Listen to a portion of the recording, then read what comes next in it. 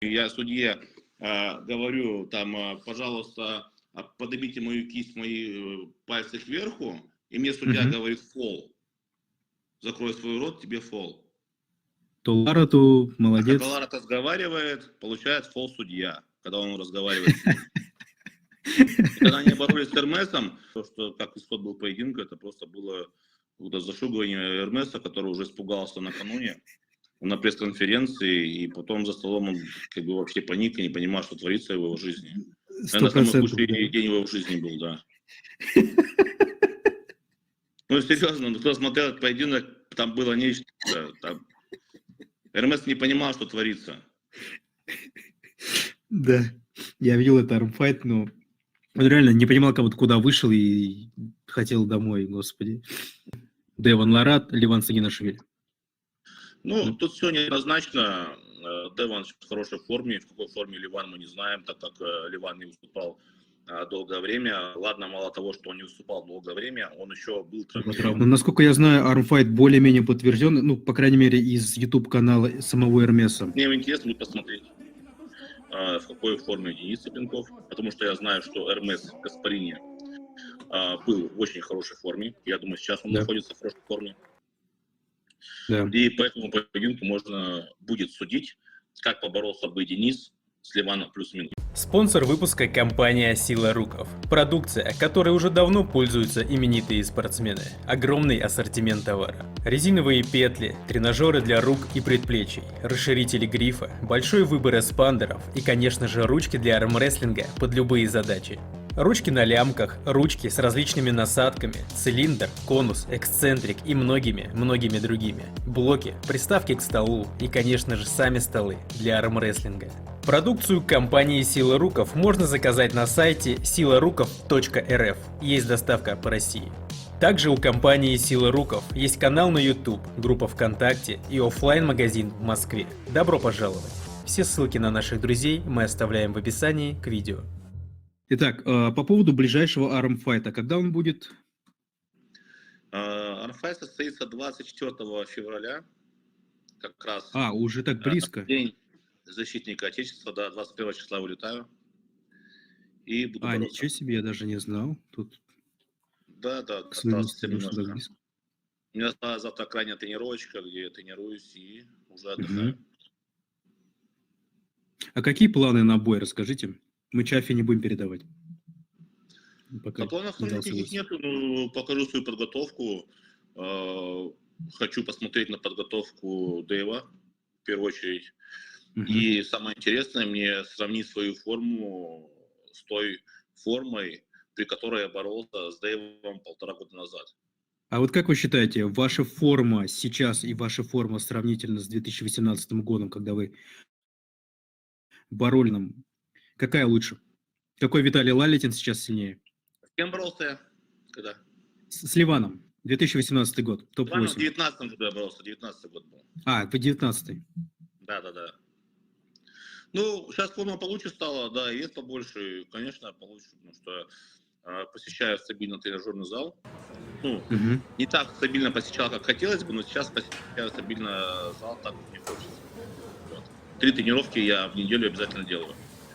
И форма, соответственно, стала у меня лучше, чем была.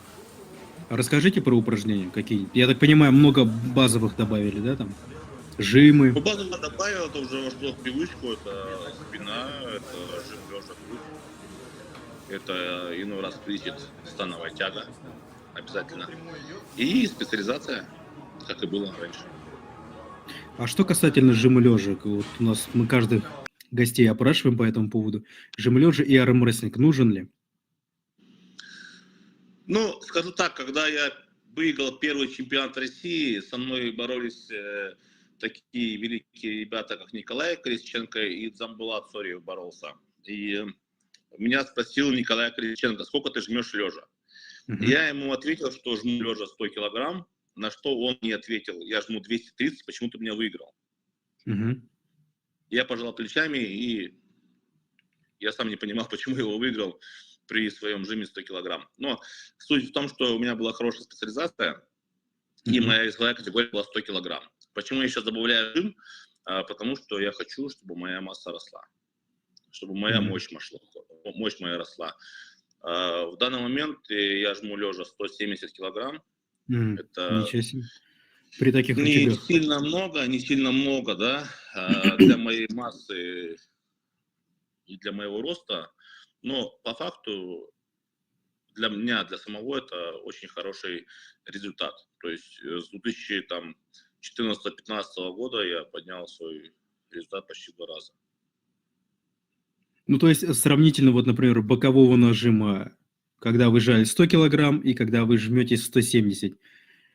Большая разница. Боковой нажим становится лучше.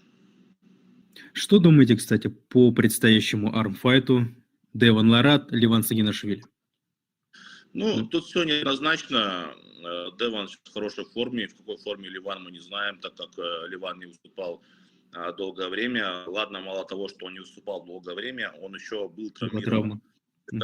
Это очень сильно сыграет в этом поединке. И настрой. Я вижу по Ларату, что он настроен выиграть. И сразу же вопрос по предстоящему армфайту Денис Цыпленков и Эрмес Гаспарини. Ну, не факт, что еще этот армфайт состоится.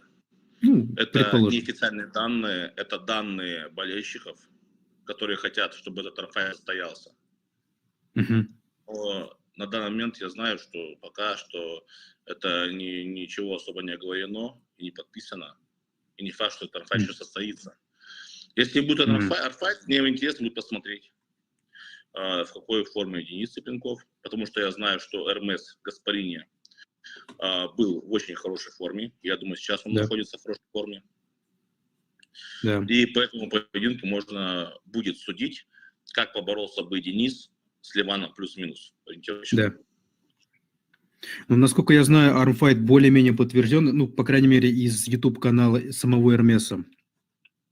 Он там уже радовался и как бы говорил, что вроде все урегулировано, и Ну, не армфайт знаю, будет. был я в Москве, разговаривал с Денисом, пока еще не было никакой информации. Может То быть, есть, что-то ну, изменилось, конечно, может, я ошибаюсь, да. Но Денис сказал, если он будет готов, он поборется. мгм. Так, из чата спрашивают как раз-таки вопрос по поводу Эрмеса. Чего же не хватило при борьбе с Эрмесом? Ну, там же было все видно и очевидно, не хватило силы в первую очередь. А в дальнейшем не хватило выносливости. Да, Эрмес действительно был сильный, был выносливый. Ну, там буквально немножко не хватило, поэтому поединок был практически на равных. Да, Но очень валидольный. да, да. Ну, буквально немножко не хватило. Это была моя недотренированность в свое время, как раз к подготовке к Эрмесу. И я к следующему поединку буду готов и готов все исправить. Друзья, я уже много лет занимаюсь тренерской работой, и для меня очень важно то, как мои спортсмены восстанавливаются после тренировок. От этого напрямую зависит их результат на соревнованиях. Не секрет, что в нашем виде спорта идет очень сильная нагрузка на суставы и сухожилия, возникает ноющая боль. И без спортивного питания здесь не обойтись. Предлагаем вам коллаген от немецкого бренда спортивного питания Magic Elements. Коллаген – это один из наиболее распространенных белков в нашем теле. Он содержится во всех соединительных тканях, сухожилиях, связках, костях, коже, стенках кровеносных сосудов и мышцах. Использование коллагена от Magic Elements, особенно в период тренировок, способно надежно защитить ваши суставы, кости и связки. Magic Elements – это высокое немецкое качество по приемлемым ценам. Если спортивное питание, то Magic Elements. Здесь вы можете приобрести любые спортивные пищевые добавки, не выезжая в Германию. Такие как креатин, протеин, БЦА, витаминные и предтренировочные комплексы и многое другое. Заказывайте на маркетплейсах Wildberries и Озон. Все ссылки на наших друзей мы оставляем в описании к видео.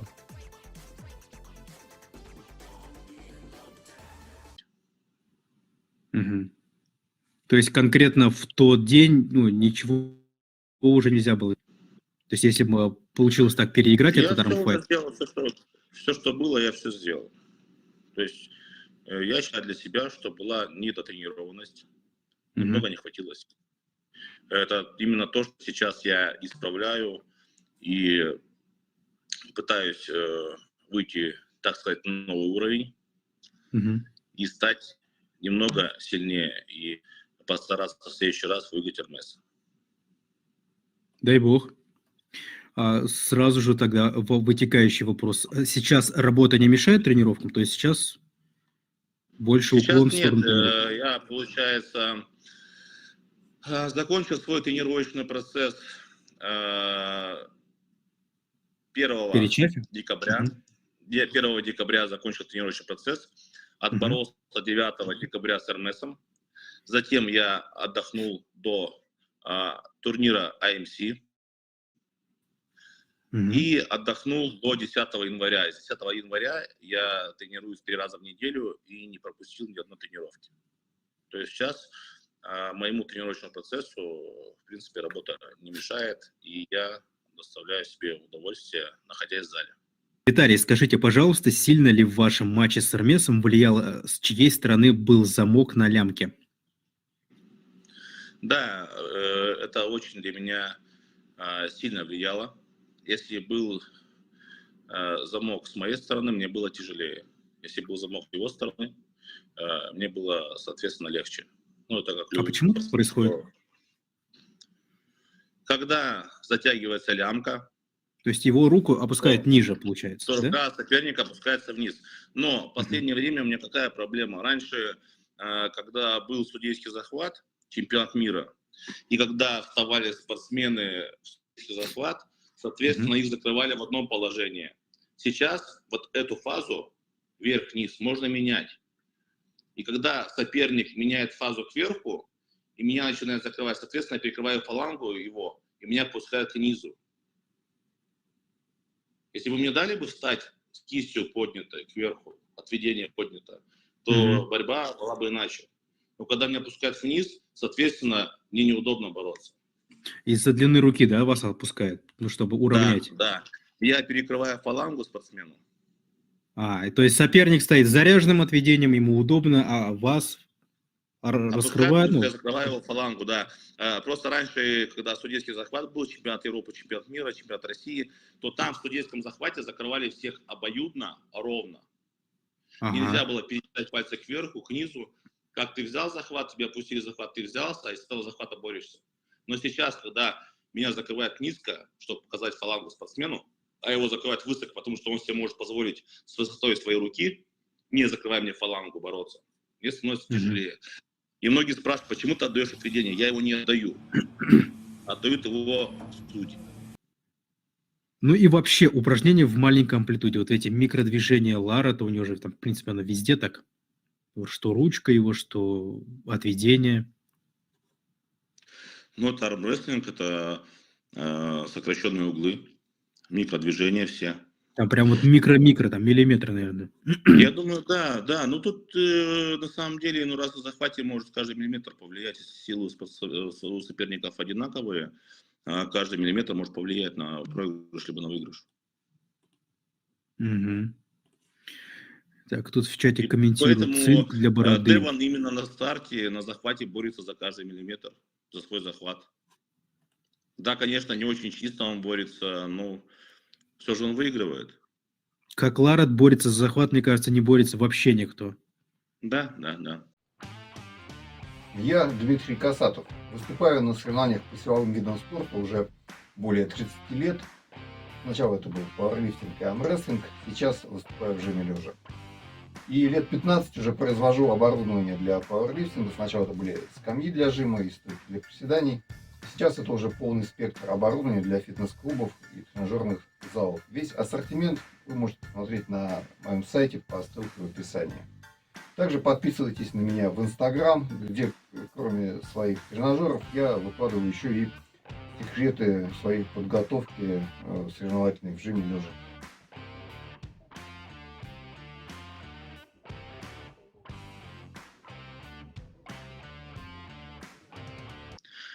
Итог один, он выиграл, все, он чемпион, тут уже никто не будет осуждать, как он стоял на захвате.